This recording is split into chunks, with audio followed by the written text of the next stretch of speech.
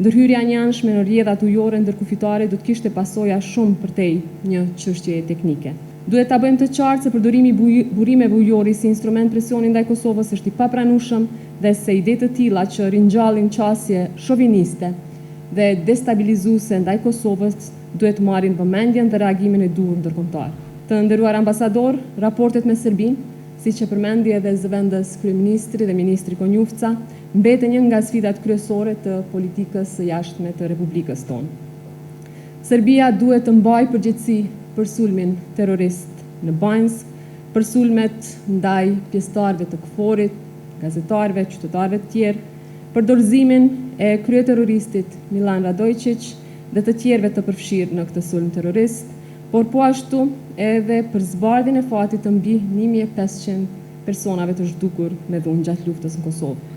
Adresimi i këtyre çështjeve është pjesë e domosdoshme e çdo procesi që synon një normalizim të vërtetë dhe qëndrueshëm të marrëdhënieve ndërmjet Kosovës dhe Serbisë. Kjo përgjegjësi bëhet edhe më e ndjeshme në dritën e zhvillimeve të ditëve të fundit. Në Zubin Potok, në lokacionet Kalludër e Vogël dhe Jabuk janë gjetur mbetje mortore që dyshohet se u përkasin viktimave të luftës së viteve 1998-1999, derisa institucionet tona po punojnë edhe në një lokacion të tretë të dyshuar për varrezë masive.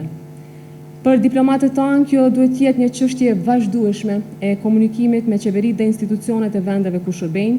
Partnerët tanë duhet ta dinë se edhe sot, në Kosovë, po gjenden dëshmi të reja të krimeve të luftës dhe se drejtësia për viktimat e familjet e tyre ende pret përgjigje. Prandaj duhet i bëhet presion Serbisë që të hapë arkivat. Në anën tjetër, Serbia vazhdon politikën e saj hegemoniste ndaj Kosovës. Një tjetër shqetësim serioz që duhet ta adresojmë me partnerët tanë ndërkombëtar janë edhe deklaratat e fundit të Vučićit për mundësinë e ndryshimit të rrjedhës së lumit Ibër.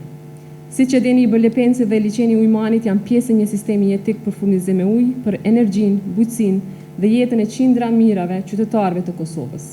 Ndërhyrja e njëanshme në rrjedhat ujore ndërkufitare do të kishte pasoja shumë përtej një çështje teknike, nga se do ta prekte sigurinë ujore, energjetike, mjedisore dhe njerëzore të Republikës tonë. Për këtë arsye, diplomatët tanë duhet i bëjnë të njohura këto deklarata në kryeqytetet ku shërbejnë dhe t'i informojnë qeveritë e vendeve pritëse për natyrën dhe pasojat e kësaj ideje absurde sa edhe kërcënuese.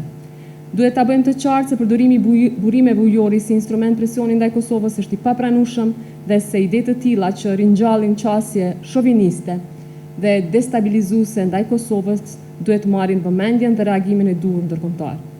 Kosova pret nga partnerët e saj që çdo veprim që rrezikon burimet ujore jetike për vendin të trajtohet në përputhje me parimet e së drejtës ndërkombëtare, për ujërat ndërkufitare, përfshirë edhe përdorimin e drejtë dhe të arsyeshëm të tyre dhe detyrimin për të parandaluar dëmin e konsiderueshëm ndërkufitar.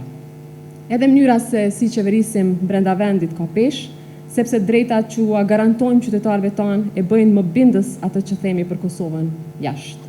Kosova ka një argument të fortë edhe këtu. Ne kemi ndërtuar një shtet që u garanton komuniteteve të drejta të gjera dhe përfaqësim institucional. Këto garanci janë pjesë e rendit tonë kushtetues dhe një nga dëshmitë më të qarta të llojit të shtetit që kemi zgjedhur të ndërtojmë. Shpresoj që gjatë këtyre ditëve të kemi biseda të hapura dhe dobishme për punën që kemi përpara, të dëgjojmë nga ju çfarë po ndryshon në vendet ku ju shërbeni dhe të shohim bashkë se ku duhet ta përqendrojmë më shumë vëmendjen tonë.